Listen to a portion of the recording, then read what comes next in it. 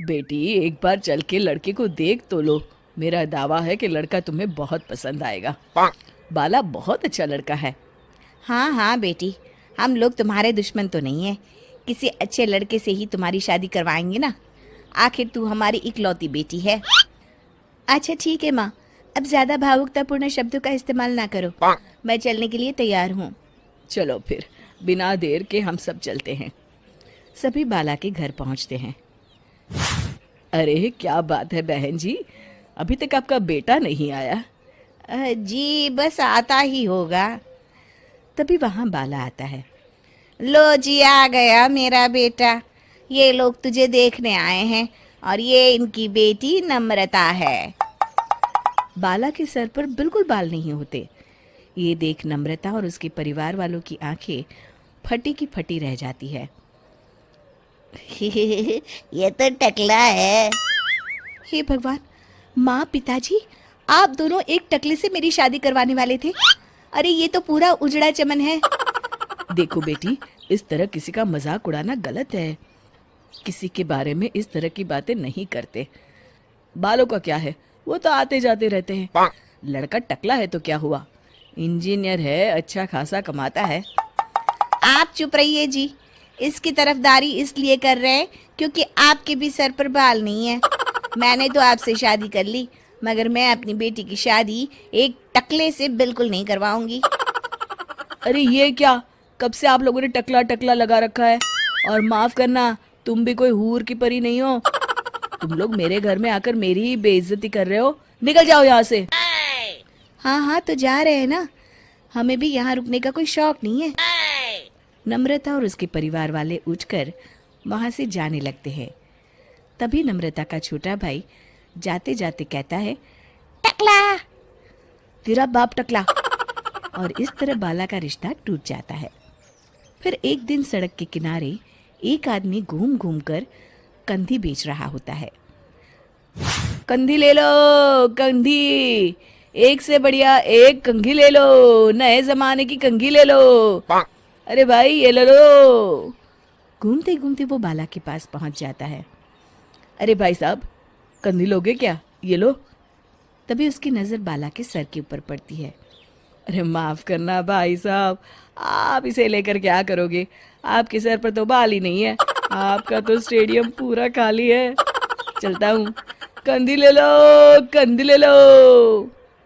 कंधी वाले की बातें सुनकर बाला को बुरा लगता है। उस समय बाला को ऐसा महसूस होता है कि उसके लिए दुनिया में सबसे कीमती कोई चीज अगर है तो वो सिर्फ बाल है। बाला सड़क पर चलते हुए लोगों के बाल बड़े गौर से दिखता है।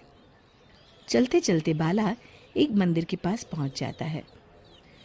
हे भगवान, तुमने ये मेरे साथ क्या किया?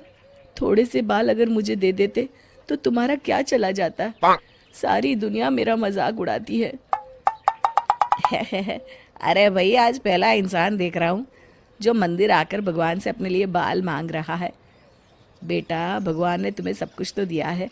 अच्छी सेहत है, अच्छी नौकरी है। लगता है तुम्हारी तबीयत ठीक नहीं है। घर जाओ, सब ठीक हो जाएगा। बाला वहां से चला जाता है। घर पहुंचकर बाला खाना खाता है और अपने कमरे में सोने के लिए चला जाता है। फिर सुबह जब बाला सोकर उठता है तो आईने के सामने अपने आप को देखकर हैरान हो जाता है। बाला के सर पर एकदम घने बाल आ जाते हैं। बाला खुशी से झूम उठता है। अरे ये तो चमत्कार हो गया, मेरे सर पर बाल आ गए। लेकिन ये हुआ कैसे? दोस्तों, अगर आप इस कहानी का दूसरा भाग देखना चाहते हैं तो हमें कमेंट करके जरूर बताएं। इतना की देर है सुरेश? 10 रुपए की प्लेट भरकर।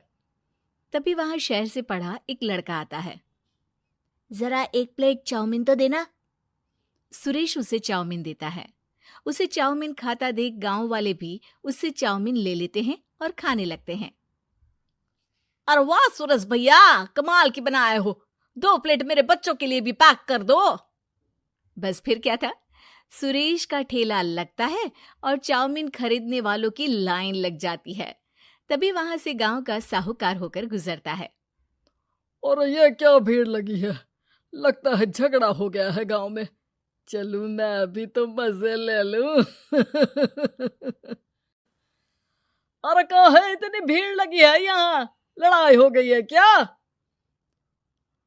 अरे साहूकार साहब, ना ना ना, कोई लड़ाई ना हुई है। ये तो सुरेश की दुकान है चाउमीन की। हम लोग चाउमीन खाने आए हैं, आप भी खाइए ना। साहूकार चाउमीन खाता है और सुरेश की तरफ देखता है, जो सारे दिन के पैसे गिन रहा होता है।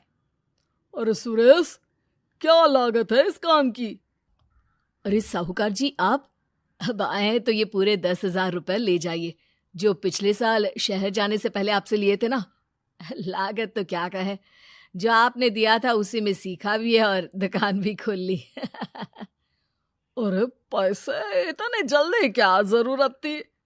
कैसे जरूरत नहीं थी साहूकार जी, इतना मोटा ब्याज कहाँ से भरते। साहूकार को अब सुरेश की दुकान को हड़पने की लालच आ जाती है। नाना करते ये सारे दिन में 500 रुपए कमा ही लेता है। अरे गांव में ये ऐसे ही कमाता रहा तो कहीं ब्याज का काम ना शुरू कर दे। अरे भैया, कोई ना कोई जुगाड़ तो करना पड़ेगा। अब साहूकार घर आ जाता है और अपनी बीवी को सारी बात बताता है।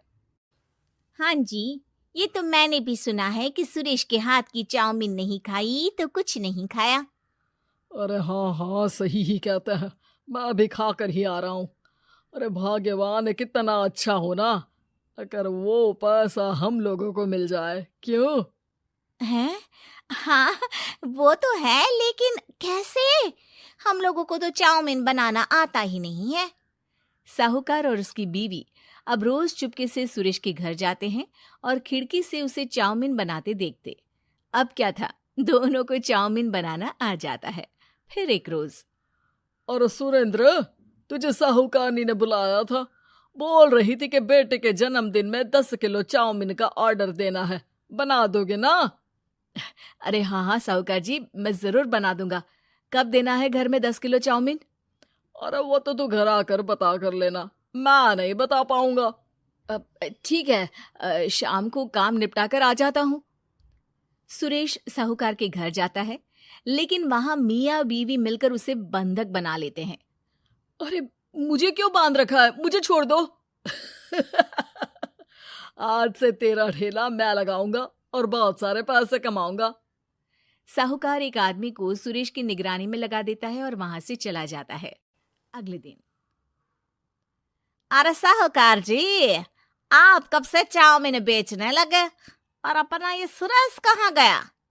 अरे वो तो शहर गया है, उसका कोई काम निकल आया था, बोल रहा था कि जब तक वो ना आए तब तक मैं ही उसके ठेले का काम कर दूं। पैसे भी तो बहुत उधार ले रखे थे उसने, लगता है कर्जा भरने के डर से भाग गया है। अरे पर वो तो बोल रहा था कि उसने सारा कर्जा उतार दिया है, और वो क्यों भागेगा? इतना तो कमा रहा था। अरे मुझे क्या पता, अरे चाउमीन खाना है तो बोलो, नहीं तो भागो यहाँ से। अरे हाँ हाँ, दे दो दे दो।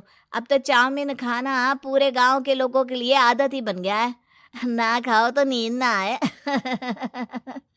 हाँ हाँ, तो लो और निकालो 50 रुपए। 50 रुपए क्यों? सुरेंद्र तो 10 रुपए में देता था। अरे वो पागल था, मैं थोड़ी ना हूँ। गांव वाले, जिनको चाउमीन की लत लग गई थी, वो करते भी क्या, दे दो और ये लो 50 रुपए। लेकिन फिर साहूकार उन लोगों को प्लेट में थोड़ी सी चाउमीन रख देता है। अरे ये क्या, पैसे 5 गुना ज्यादा और चाउमीन बस इतनी सी? अरे साहूकार साहब, भगवान से तो डरो। बस फिर क्या था, साहूकार की मन मर्जी चलने लग जाती है और गांव वाले करते भी क्या। एक रोज, मुझे तो लगता है कि सुरेश को साहूकार ने मार डाला होगा, क्योंकि उसका काम इतना अच्छा चल रहा था, फिर वो क्यों जाता, और वो भी साहूकार के हवाले दुकान करके। ना बाबा ना। अगले रोज, भाग्यवान, देखो तो जरा, इस सुरेश भी ना कितना पागल था। जिस काम से वो ज्यादा पैसे बना सकता था, उससे इतने कम पैसे छाप रहा था। 50 रुपए प्लेट में भी गांव वाले खूब खा रहे हैं चाउमीन। हाँ जी, और जितने में वो लोगों को 10 प्लेट खिलाता था। भर भर कर हम लोग उतने में 20 प्लेट बना रहे हैं, क्यों जी?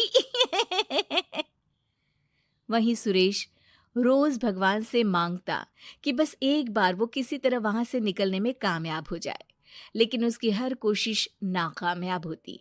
फिर एक दिन, अरे भाग्यवान, ऐसा कुछ करो कि चाउमीन बनाने का खर्चा आधा हो जाए, जिससे हम लोगों को और मुनाफा हो। ना जी, मुझे तो कोई तरकीब ना सूझ रही। अरे सुनो, एक काम करते हैं, चाउमीन बनाने में जो सब्जी लगती है वो मंडी में लेने तुम देर रात चली जाना। तब तक वो सारी सड़ी गली सब्जी जो दुकानदार वहीं फेंक जाते हैं वो उठा कर ले आना फ्री में। अरे वाह जी वाह, आप तो बहुत समझदार हैं जी। बीवी वैसा ही करती है, लेकिन अब लोग चाउमीन खाते तो मुंह बनाकर। फिर एक बार, अरे राम राम राम, ये पेट में दर्द काहे हो रहा है? आई, आई, आई, आई, आई। हाय रे हाय, मेरा भी पेट दर्द के मारे फटा जा रहा है। सभी को शक हो जाता है कि उन लोगों को चाउमीन खाने से ही ये बीमारी हो गई है। वहीं दूसरी तरफ जो आदमी सुरेश की निगरानी कर रहा था वो सो रहा होता है और मौका देखकर सुरेश वहां से भाग जाता है। सुरेश गांव वालों के पास जाकर उन्हें सब कुछ बता देता है। बस अब क्या था, साहूकार के घर पुलिस पहुंच जाती है। चलो, तुमने गांव के लोगों को खराब सब्जी वाली चाउमीन खिलाकर बीमार किया और सुरेश को बंधक बनाया। तुम्हें इसीलिए हम गिरफ्तार कर रहे हैं। साहूकार को पुलिस ले जाती है और फिर अगले दिन से सुरेश का ठेला गांव के बाजार में लग जाता है, जहां अब पहले से ज्यादा भीड़ होती है। उम्मीद है कि आपको हमारी ये कहानी पसंद आई होगी। कृपया हमारे चैनल को सब्सक्राइब करें और सभी अपडेट्स के लिए बेल आइकन जरूर क्लिक करें। और हाँ, वीडियो लाइक और शेयर करना मत भूलिएगा। Bye bye.